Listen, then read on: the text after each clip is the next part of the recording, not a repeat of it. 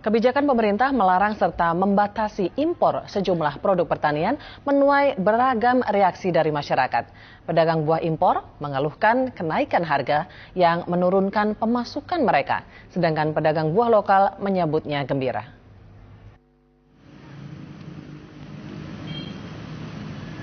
Pedagang buah di Tanah Tinggi, Tangerang, Banten merasakan dampak pelarangan impor sejumlah buah. Pelarangan dan pembatasan impor mengatrol harga.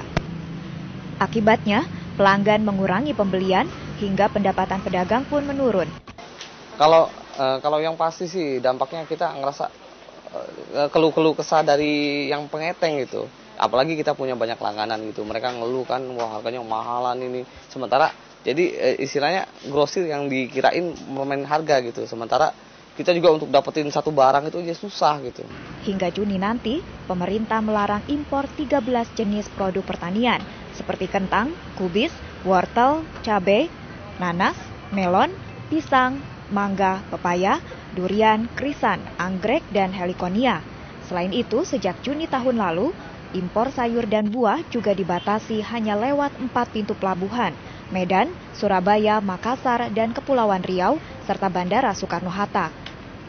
Akibatnya, biaya pengangkutan membengkak hingga mendongkrak harga buah impor. Apel Washington dan jeruk mandarin misalnya, naik hingga 2 kali lipat. Sebaliknya, bagi pedagang buah lokal, kebijakan ini bagaikan angin sejuk. Para pedagang ngeluhnya kalau impor, kadang kalau lagi murah emang dia larinya ke impor.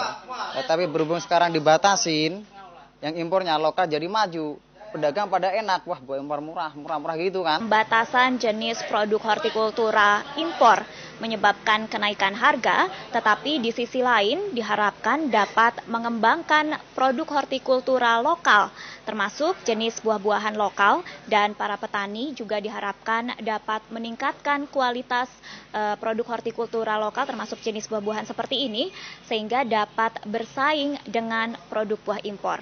Kebijakan pengetatan kuota daging dan pelarangan impor hortikultura menuai protes dari Amerika Serikat yang mengajukan gugatan ke Organisasi Perdagangan Dunia atau WTO. WTO akan membentuk panel penyelesaian sengketa untuk menangani gugatan ini. Sampai nanti diputuskan oleh WTO kira-kira Indonesia itu comply atau tidak, sesuai atau tidak dengan janji Indonesia sendiri di WTO.